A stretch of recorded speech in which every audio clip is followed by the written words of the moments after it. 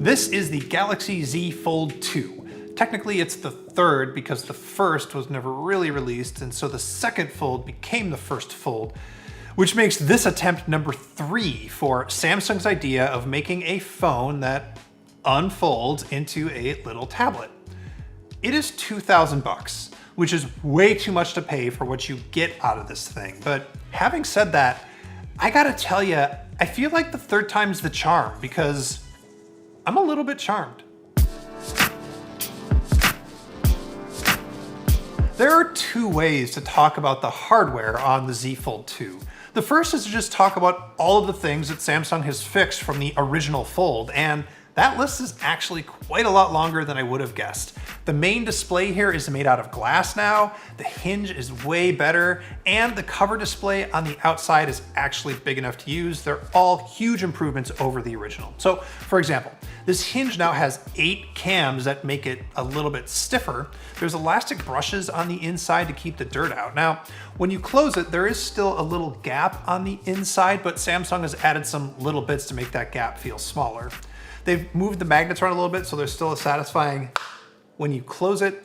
The edges overall are just a little bit square. The bezels on the inside are a little bit smaller. The whole thing just feels a little bit more professional. The tolerances are tighter and everything has been refined to the point where it really feels like a well-engineered product instead of being a little bit loosey-goosey like the original one. Those cams hold the screen in place at different angles too, so you get some extra functionality there.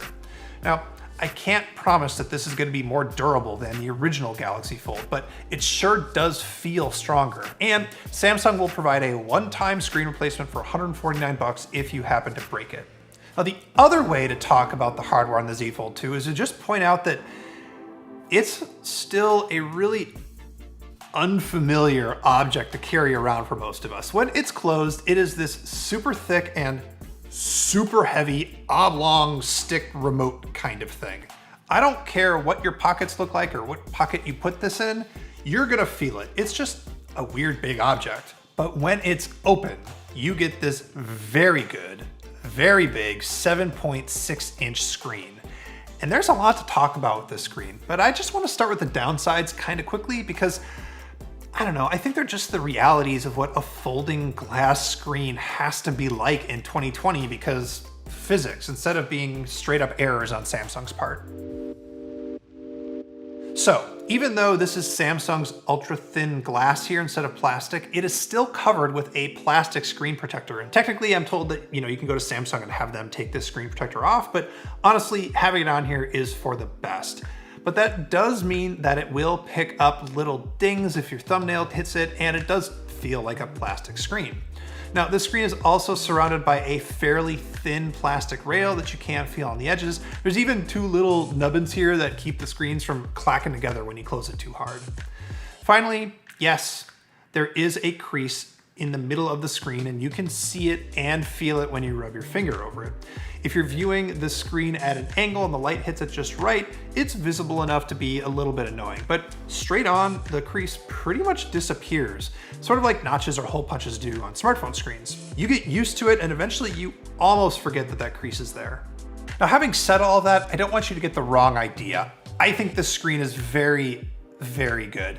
It's only about 372 pixels per inch or so, but that's more than enough to make those pixels disappear. More important to me is this corner right here. There is no longer a big, huge cutout for a bunch of selfie cameras. There is just this one little hole punch for a single selfie camera, which means you get the full expanse of the screen to work with and to watch videos on. But the most important thing that Samsung has done to this screen is put in a dynamic refresh rate. It goes all the way down to 11 Hertz to save battery life, or all the way up to a high refresh rate of 120 Hertz. And what high refresh rate screens do is they make it feel more like you're physically moving the pixels. And that's here on the Fold 2, but the most important part of it is that it significantly improves a big problem that I had with the first Fold, and that's jelly scroll. Pretty much all smartphone screens have this little difference in how quickly the pixels update from one side to the other when you scroll, but usually you don't notice it because on most smartphones it happens vertically from the top to the bottom. But the Fold needs to have its little bits to drive the screen on the side instead of on the bottom, so you see it more often when you're scrolling. However, switching to 120 Hz refresh rate cuts that difference way down. So it's really hard to see that jelly scroll unless you're really looking for it. Samsung has basically eliminated the problem by switching to a high refresh rate screen. Now this outer cover display, it's not as technically impressive. It doesn't have a high refresh rate, but that's not really a big deal. I am wildly happy that Samsung made it the full height of the Fold, which makes this screen actually useful. It's still really narrow though, so it's hard to type on, but if you just use it for those quick phone things that you do when you're out and about and I don't know, waiting in line or something, it's fine. But for anything else, I end up opening it up to get the big screen. And that's kind of the point, right? To have this big screen to do big screen stuff like gaming or watching movies or reading or multitasking. So let's just talk about the big screen experience on the Z Fold 2, because the way that I would characterize it is mixed. All right, good stuff first this time. Samsung has gotten the message that its little tablet should have a tablet layout. So you can go into the settings and select that layout for apps, which means that slightly fewer apps have that big blown up phone app look on here. But really only some of them do it when you hold it normally vertically like this. For the rest of them, if you turn it 90 degrees, you do get that nice tablet layout with multiple panes or tabs or 2 pages in the Kindle app, or the whole tablet deal. Plus, having a bigger screen for games and video is very good.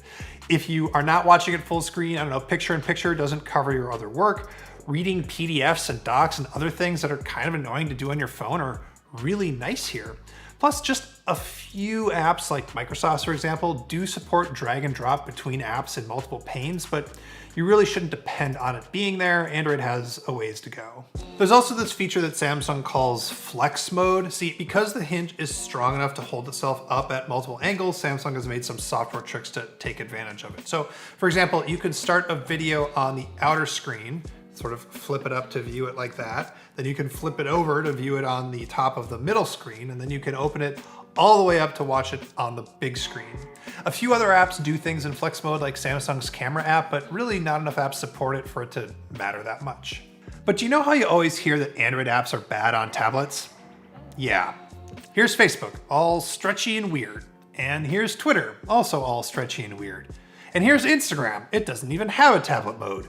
Neither does Lightroom. The whole situation is a little bit better than it used to be with Android apps on tablets, but that's not saying much. Now, Samsung has an option where you can change the stretchiness of phone apps if you want to, but really the fix is to use Samsung's windowing system to tile apps in split screen or even like a 3-up layout. You pull this little dock here out to the side, it's like a drawer, and then you drag out the app icons to where you want them on the screen. It works really well. You can even drag apps out into the middle of the screen to make them into little pop-up windows that can then reduce down into a bubble. You can swap apps around in their panes with these little bars. You can even save combos of apps that you use often together, so you can just open up both apps with a single tap. There's a small problem with this system though. Notice that I said you use Samsung's windowing system, not Google's. Android is dumb about multi-window systems. All of this multitasking stuff is something that Samsung had to build itself on top of Android, and it does work pretty well, but you can also tell that it's like a layer above what the system understands. Plus, Samsung's system is completely different from how LG handles multi-windows or how Microsoft does it with the Surface Duo. Now, different companies doing multitasking in different ways really shouldn't bother you too much, but what should bother you is that the core stuff that the operating system should understand just doesn't work, like saving your window state when you switch between screens, or putting app pairs that you've got tiled together into the multitasking screen. When you switch to multitasking, it just goes back to being a single app because Android doesn't know that you can have 2 apps open at the same time. Now, if you're adept with Android and you understand all of these different operating system layers, it's actually not too bad, but you shouldn't have to be that good in Android to understand how all this works. And even in the best cases, if you're a nerd like me and you get all of those layers of UI, you still feel like you're constantly rearranging or relaunching things to get the layout that you want. But even after all of that, I still love this big screen. I love typing on it. I love reading on it. I love watching movies on it. Hell, I love looking at Google Maps on it. Having a big screen is great, and it almost makes the awkwardness of this shape totally worth it. Okay, let's do the classic phone stuff. Specs. It is fast. It has enough RAM to handle multiple apps at once. It's got 12 gigs. There's 256 gigs of storage, but that's not expandable, but that's fine. Battery life is good, but not amazing. You'll get a day for sure. I'm getting a little over 5 hours of screen time, but it's a big screen and I have been pushing it pretty hard. There is 5G, and maybe in a couple years you'll be glad that it's there, but right now it's 5G, I don't know. There are 2 speakers, and Samsung says that they can replace a Bluetooth speaker, and no, but yeah, they get really loud and they do sound pretty good, though I do wish there was a little bit more bass.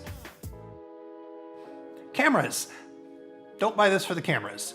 There is a 10 megapixel selfie camera on the inside and also on the front, and they feel a little bit afterthoughty. They're really not that great. The main camera system consists of 3 12 megapixel sensors, wide, ultra wide, and telephoto. They're tuned in the way that Samsung photos get tuned, which means that they're a little bit overzealous with brightening things up, but you're not gonna get any fancy zoom stuff or 8K video, or even, if I'm really honest, results that are quite as good as, say, a Galaxy S20. I mean, I'm getting slightly better photos out of the Galaxy S20. Here's a couple comparisons. Low light performance on the Z Fold 2 is good, and I think Samsung has actually kind of figured out low light, which I'm glad. Samsung says that in flex mode here, it can pan and zoom on you when you're recording video, but the actually neat trick on this phone though is you can hit this button right here and then use the good 12 megapixel cameras to take a selfie of yourself. You know those annoying people who take tablet photos at concerts? Well, now you could be the annoying person who takes tablet selfies. Do it. Don't be ashamed. They're great. So that is the Galaxy Z Fold 2. Should you buy it? No, it's $2,000. Only buy it if you want like a luxury phone or you want an extravagant techie thing. But do keep an eye on it, because now that it's on its second, well, third iteration, Samsung has done what Samsung does: aggressively improve the hardware to the point where it's genuinely great and done a passable job with the software. If the cost can come down, and I'm looking at you, Samsung, and if tablet apps and multitasking and that whole interface can get better, and I'm looking at you, Google, then the 4th or the 5th iteration of this phone is gonna be super popular. Like, replace the Note popular. And I think Samsung knows it too. They've hinted at a future version of this phone that's gonna have stylus support. I wouldn't turn that down, but I would rather see a price drop. Scared the cat. Hey everybody, thanks so much for watching. If you're wondering how the Z Fold 2 compares to the Microsoft Duo or even the weird LG Velvet thing, I've made a processor video of that. You can go check it out.